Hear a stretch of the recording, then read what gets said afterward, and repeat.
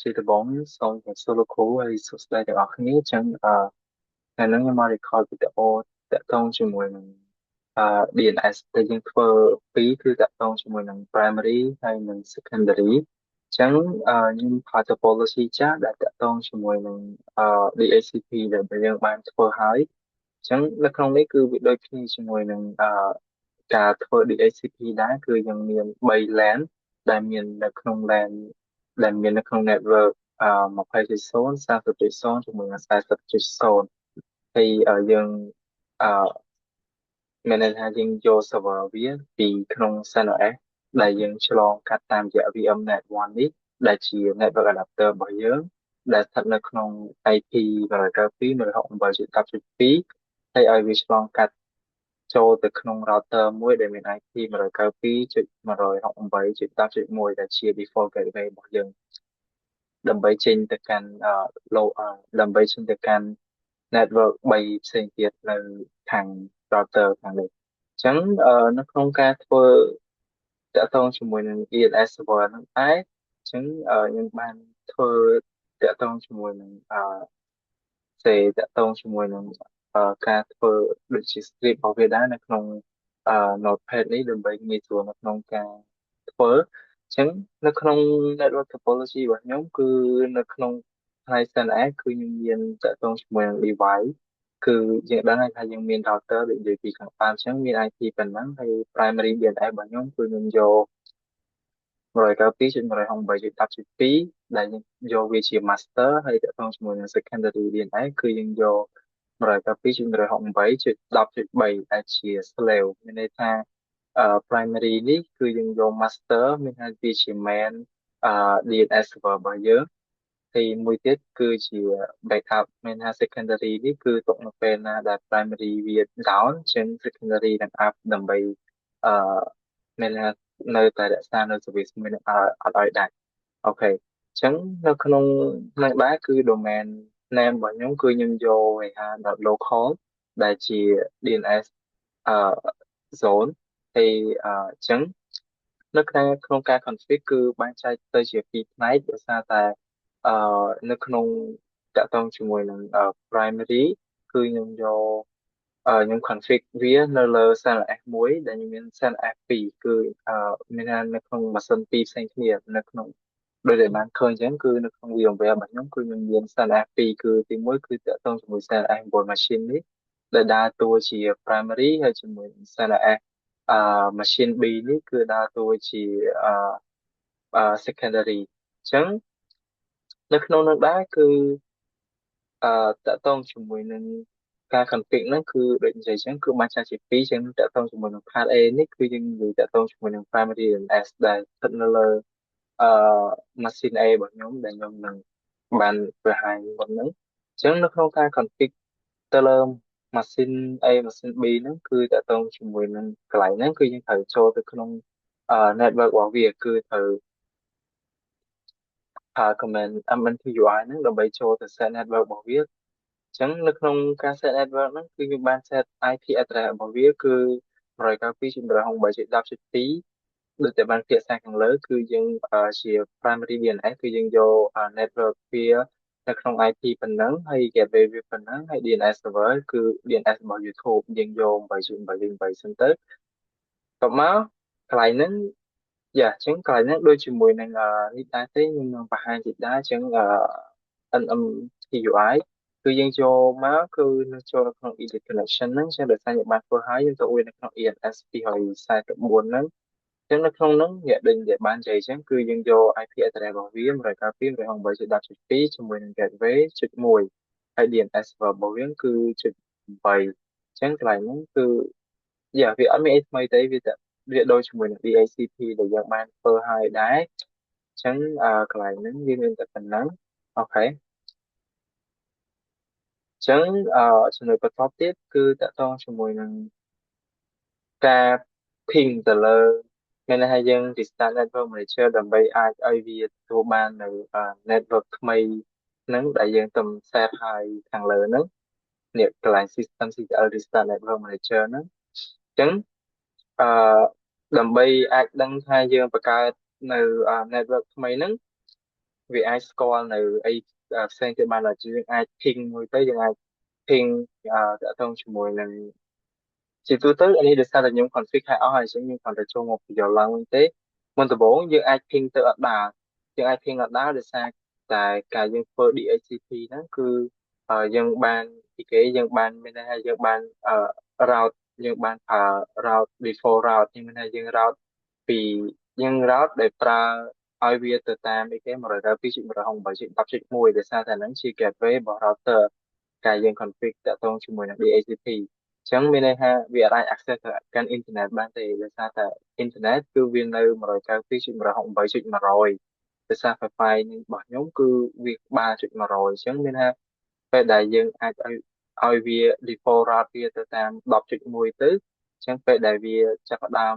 ធ្វើមានថាពេលដែលវាចាប់ផ្ដើម access ទៅកាន់អ៊ីនធឺណិតវា access បានទេព្រោះអីវាត្រូវតែហៅ10.1ទៅហៅ network នៅក្នុង GNS3 វិញដែលវាអាច access អ៊ីនធឺណិតបានទេអញ្ចឹងយើងត្រូវstep ទី2នេះគឺ fix ទៅលើ internet របស់វាតាមរយៈពេលខ្ញុំដាក់ if needed នេះគឺដោយសារតែពេលខ្លះយើងអាចត្រូវការពេលខ្លះយើងអាចអត់ត្រូវការដោយសារតែនៅក្នុងរបស់ខ្ញុំគឺយើងបាន default route វាទៅអញ្ចឹងទៅវាអាច access internet បានទេអញ្ចឹងមានថាយើងគ្រាន់តែ sudo IP route default តាមរយៈ10.1នឹងវិញទៅមានថាយើង delete ការ default route វាប៉ុណ្ណឹងអញ្ចឹងវានឹងរត់ទៅអា default របស់យើងតាមរយៈ Wi-Fi វិញហើយអញ្ចឹងទៅយើងអាច check វាតាមរយៈការ ping ទៅបើសិនជាវា ping ដើរអូខេតែបើសិនអត់ ping អត់ដើរទេយើងអាចចូលទៅ nano ទៅលើ resource.conf មួយទៀតយើងបន្ថែមទៅលើ name server របស់វា8.8ហើយជាមួយនឹង name server 1.1.1ចឹង step ទី3គឺយើងត្រូវ update ហើយ install bind កន្លែងហ្នឹងអត់អីដែរគឺដោយសារតែខ្ញុំ install ហើយដែរគឺយើងប្រើ command dnf update .y ចឹងពេលដែលយើងវាយ command dnf update .y ហ្នឹងទៅវានឹងមានថាវា update ទៅលើ system របស់យើងទាំង the whole system យើងហ្មងមានថាវា update ទាំងអស់ចឹងវាត្រូវការរយៈពេលយូរហើយទំហំធំទៀតដោយសារតែវា update ឲ្យវា up to date មានថាធ្វើឲ្យ system នៅក្នុង CentOS នៅក្នុង Linux របស់យើងហ្នឹងគឺទៅ latest version មក latest version មានថាទៅ version ចុងក្រោយទាំងអស់ចឹងមានន័យថាទោះជាមានអីក៏ដោយក៏មានថាវាស្ថិតនៅក្នុង version ចុងក្រោយចឹងresource វាទាំងអស់គឺវា update ហើយទាំងអស់ចឹងអាហ្នឹងវាយូរដែរ command មួយហ្នឹងហើយមួយទៀតគឺ DNF install bind bind util.y មានថាកន្លែងហ្នឹងគឺយើង install ចាប់ផ្ដើម install ទៅលើ bind package របស់ bind ដែលមាន name ជាយើងអាច check វាបានតាមរយៈអីគេ name.y យើងមើលទៅលើ version របស់វាអញ្ចឹងកន្លែងហ្នឹងយើងអាចចូលទៅមើល version របស់វាអូខេអញ្ចឹងនេះយើងបាន install ហើយ version របស់វាគឺស្ថិតនៅក្នុង bind 9.16.50R8 ហើយនៅក្នុងmachine B របស់ខ្ញុំក៏ខ្ញុំបាន install ហើយដែរគឺវាក្នុង version ដូចគ្នាគឺ 9.16.50R8 អូខេតទៅទៀតគឺតាក់ទងជាមួយនឹងstart DNS service ចឹងនៅពេលដែលយើង install បាយហើយយើងចាប់ផ្ដើមឲ្យវា start ទៅលើ service របស់ DNS តាមរយៈគេតាមរយៈ command 3គឺយើង enable start ជាមួយនឹង status តែ enable នេះគឺយើង enable ទៅលើ name ដោយសារ name ហ្នឹងគឺជា package មួយនៅក្នុងអឺបាយអញ្ចឹងយើងចាប់ផ្ដើម enable វាទៅហើយតមកយើងឲ្យវា start name ហ្នឹង start service name មួយហ្នឹងហើយតមកយើងមើល status របស់វាអញ្ចឹងអានេះគឺជា command ដែលយើងអាច verify បានអញ្ចឹងយើងអាចមើលថាវាមិនដែរអញ្ចឹងអូខេនៅក្នុងmachine A របស់ខ្ញុំគឺនៅក្នុងCLS មួយហ្នឹងដែលដើរតួជា primary នេះយើងឃើញថាពេលដែលយើងឲ្យ show នៅ system status name ទៅយើងឃើញថានេះ name.service ហ្នឹងគឺវា active វា running ថាវាកំពុងតែដើរឥឡូវយើងសាកទៅមើលនៅក្នុង machine B ម្ដងវាមិនដែរអញ្ចឹងអូខេឃើញដូចគ្នាគឺ active ហើយវា running ដូចគ្នាអញ្ចឹងមានន័យថាពេលការ install របស់យើងគឺជោគជ័យទៅលើការ install តាក់ទងជាមួយនឹងបាយមួយវិញទៀតគឺតាក់ទងជាមួយនឹង backup configuration មានន័យថាយើងត្រូវតែបង្កើតនៅ file ថ្មីមួយដោយសារតែយើងអាច modify ទៅលើ file ដើមរបស់គេបានទេវាអាចមានបញ្ហាអីណាមួយអញ្ចឹងបើសិនយើងកំពុងតែធ្វើទៅយើងអាចបាត់ file ឬក៏យើងច្រឡំតាក់ទងជាមួយនឹង clear data អីចោលយើងអាចទៅទាញយក backup file ដែលយើងបាន backup ទុកនឹងយកមកប្រើវិញបានអញ្ចឹងហើយជាមូលហេតុដែលចំណុចទី5ហ្នឹងគឺយើងត្រូវ backup configuration យើងត្រូវ copy ទៅលើ file ចាស់របស់វាគឺនៅក្នុង etc name.conf ហ្នឹងទៅដាក់នៅក្នុង etc.name.conf.backup ចឹងទៅចឹងកន្លែងហ្នឹងយើងបាន backup ហើយអីទី6គឺយើង edit ទៅលើ file មួយហ្នឹងយើងត្រូវចូល nano ទៅលើ file មួយហ្នឹងទៅយើង modify វាដោយប្រើអីគេនៅចឹងនៅពេលនៅក្នុងហ្នឹងគឺយើងត្រូវ change ដោយសារតែនេះ file ដើមរបស់វាគឺ listen port 53តែគេអត់ដាក់ any ទេកន្លែងហ្នឹងយើងត្រូវដាក់ any ដោយសារតែអីដោយសារតែយើងត្រូវឲ្យវាមានថា listen port 53ហ្នឹង any មានថាវាអត់ specific ទៅលើអីមួយទេមានថាវាទទួលបានអឺមានថាវា listen ទាំងអស់ listen ពីក្នុង client ទាំងអស់នៅក្នុងserver មួយហ្នឹងអឺ yeah អញ្ចឹងអានេះក៏ដូចគ្នាដែរអានេះគឺ IPv6 port 53របស់វាក៏ any ដែរនេះអានេះខ្ញុំក៏បានទៅតាក់ទងជាមួយនឹង file ដើមរបស់វាដែរអូបានស្គាល់អញ្ចឹងចឹងកន្លែងហ្នឹងគឺយើងចូលមកយើងត្រូវកែទាំងដែលកន្លែងហ្នឹងដូចជា127.0.0.1ប៉ុន្តែយើងត្រូវកែអា127.0.0.1ហ្នឹងមក any ហើយកន្លែង IPv6 ក៏ដូចគ្នាដែរកែមក any ដូចគ្នាហើយចំណុចមួយទៀតគឺតកតងជាមួយនឹង allow all query នេះក៏យ៉ាងដែរគឺ any មានថាវា allow ទៅលើមានថា allow ទៅលើ client ទាំងអស់អាច access ទៅលើ query មួយនឹងបានអាចទាញយក resource ពី query មួយនឹងបានអឺមួយវិញទៀតគឺតកតងជាមួយនឹងការ add ទៅលើ zone អញ្ចឹងនៅក្នុង zone ហ្នឹងគឺខ្ញុំបានឲ្យឈ្មោះរបស់វាគឺតកតងជាមួយនឹង vh.local ដែលនៅក្នុងហ្នឹងគឺដោយសារនេះគឺយើង configure នៅលើ machine A ខ្ញុំ type របស់វាគឺ master ហើយទាញចេញពី file នៅក្នុង forward.vh.local ហ្នឹងដែលយើងនឹងបង្កើត file ហ្នឹងហើយsave តកតងជាមួយនឹង command របស់វានៅក្នុង file មួយហ្នឹងហើយនេះគឺយើង allow all transfer មានន័យថាពីsecondary ដែលយើងយក192.168.10នេះជា network ដែលជា IP របស់ secondary តោះមកយើង save ហើយយើងគ្រាន់តែ exit ទៅហើយតោះមកយើងចាប់ផ្ដើម create ទៅលើ file zone គឺ create ទៅលើ file ដែលយើងបាននិយាយហ្នឹងគឺ forward.ph.local អញ្ចឹងយើងចូលទៅ cd và variable នៅក្នុង variable directory ហើយចូលក្នុង name ទៅតោះមកយើង nano ទៅលើ file មួយហ្នឹងដោយសារ file ហ្នឹងវា store ទុកនៅក្នុង variable file អញ្ចឹងនៅក្នុងនឹងដែរគឺយើងវាយ comment ប៉ុណ្ណេះគឺអ្នកតាក់ទងជាមួយនឹងដុល្លារ TTL 86400នេះមានន័យថាជា default ឯគេជាអានេះវាក៏ជា second មានថា86400 second វាជា default អឺតាក់ទងជាមួយនឹង memory របស់វាមានថាអឺការ DNS ហ្នឹងគឺវា save អីដែលយើងធ្លាប់ធ្វើហ្នឹងគឺទុកនៅក្នុង query របស់វាចំនួនរយៈពេល1ថ្ងៃដែល1ថ្ងៃនេះវាស្មើជាមួយនឹង86400 second អញ្ចឹងអាហ្នឹងគឺខ្ញុំ set ឲ្យវា1ថ្ងៃជា default របស់វាហើយ in SOA DNS.vh.local DNS1.vh.local ហ្នឹងយើងមានថាយើង set វាឲ្យទៅជាអឺមានថាជា admin ជាតាក់ទងជាមួយនឹងអីគេជា default វាហ្មងអញ្ចឹងនៅក្នុងនោះដែរវាដូចបានពន្យល់នៅក្នុងនេះអញ្ចឹងគឺហ្នឹងវាជា default TTL ដែលយើង set ឲ្យវាមួយថ្ងៃហើយតាក់ទងជាមួយ SOA ហ្នឹងគឺវាជា admin ដែលអាហ្នឹងយើងអាច remote ទៅកាន់ email បាននេះគឺជា email ហើយមួយវិញទៀតកន្លែងនេះគឺតាក់ទងជាមួយនឹងserial របស់វាដែលនេះគឺជាឆ្នាំខែថ្ងៃហើយជាមួយនឹងformat របស់វាកន្លែងនេះ NN ហើយ3600នេះមានន័យថាវា stand ឲ្យ1ម៉ោងមានថាវា restart វា refresh every 1 hour ហើយវា restart វា retry ឡើងវិញគឺរយៈពេល1800 second ឬក៏30នាទីហើយវានឹង expire ក្នុងរយៈពេលមួយសប្តាហ៍ដែលមួយសប្តាហ៍នេះស្មើជាមួយនឹង604,800 second ហើយជាមួយនឹង minimum TTL របស់វាគឺ86400មាននៅក្នុងរយៈពេលមួយថ្ងៃដូចយើងបាន set TTL ពីលើដូចគ្នា default វាប៉ុណ្ណឹងហើយអឺ minimum របស់វាminimum របស់វាក៏ប៉ុណ្ណឹងដែរអញ្ចឹងនៅក្នុង comment បន្ទាប់នេះគឺ in ns dns1.vh.local នេះគឺយើងមានឲ្យយើងអាស្រ័យ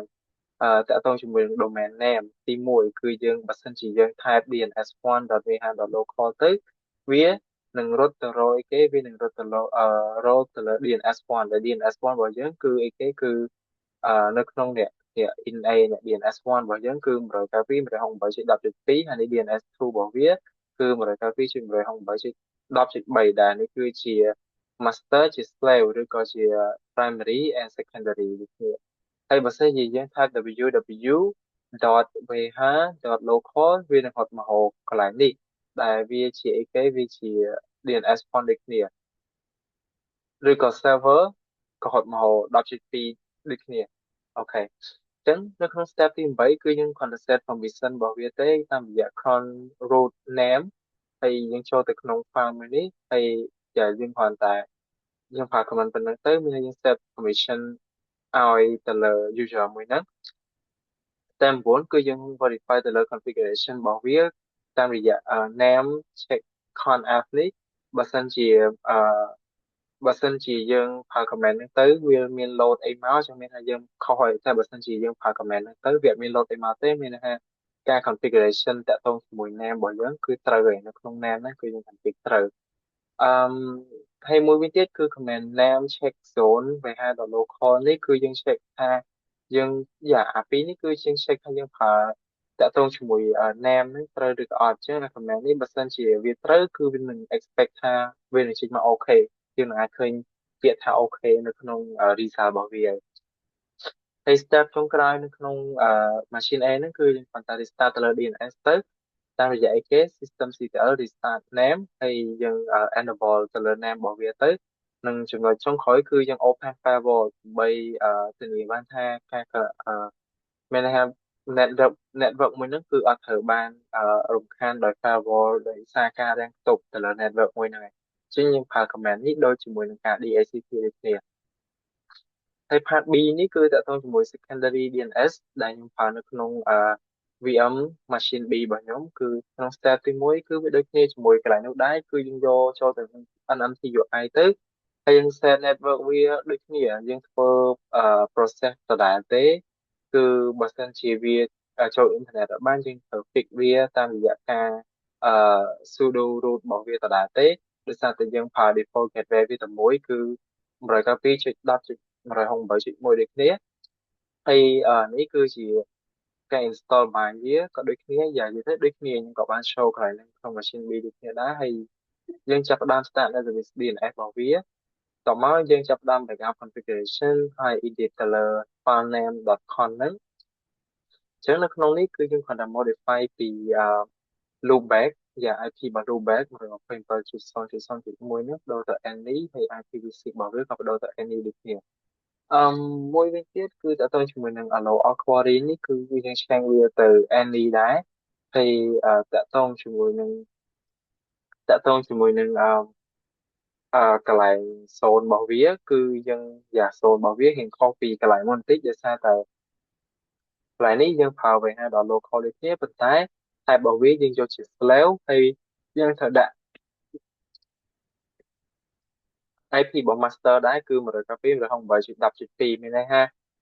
បើសិនជាវាត្រូវ depend ទៅលើ master មានន័យលុះត្រាតែ master វា down បានចាប់ផ្ដើម slave នេះចូលទៅដើរតួម្ដងអ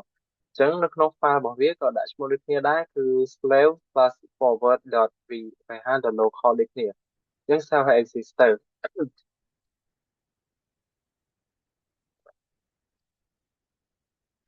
ចឹងនៅក្នុង step ទី9គឺយើងបើកទៅលើ firewall គឺដូចគ្នាដែរហើយ step ចុងក្រោយគឺយើងចាប់ផ្ដើម verify ទៅលើ zone របស់វាតាមរយៈអីគេ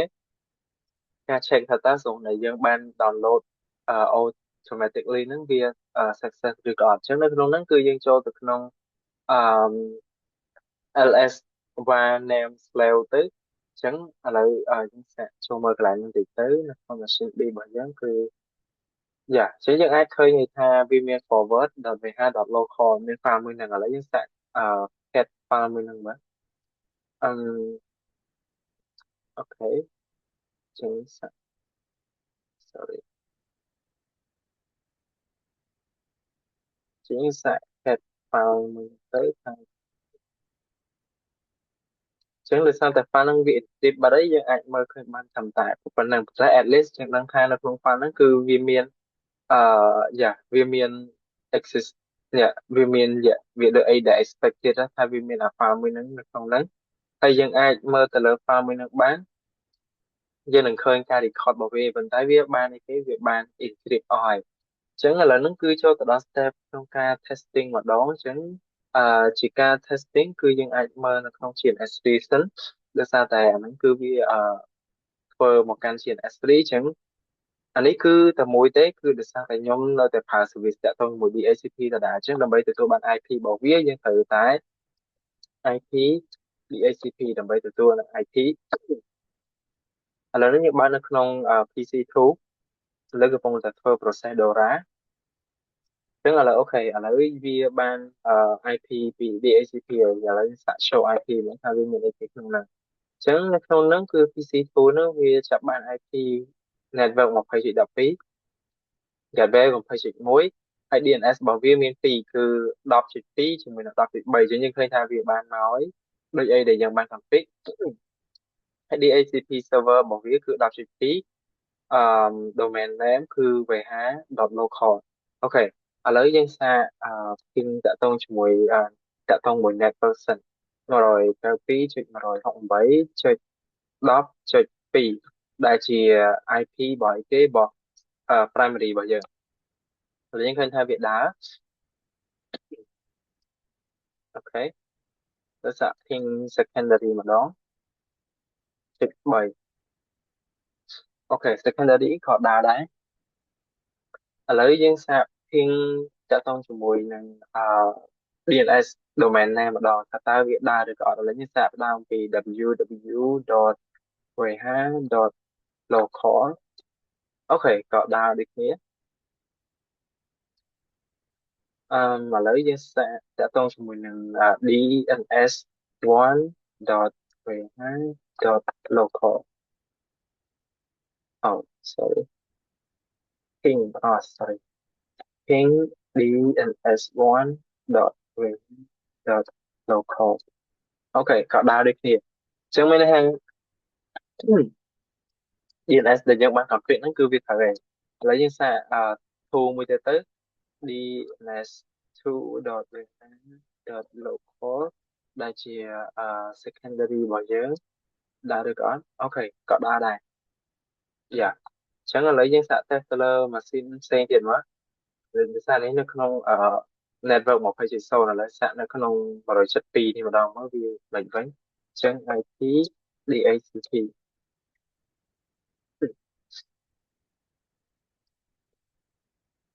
អូខេចូល process Dora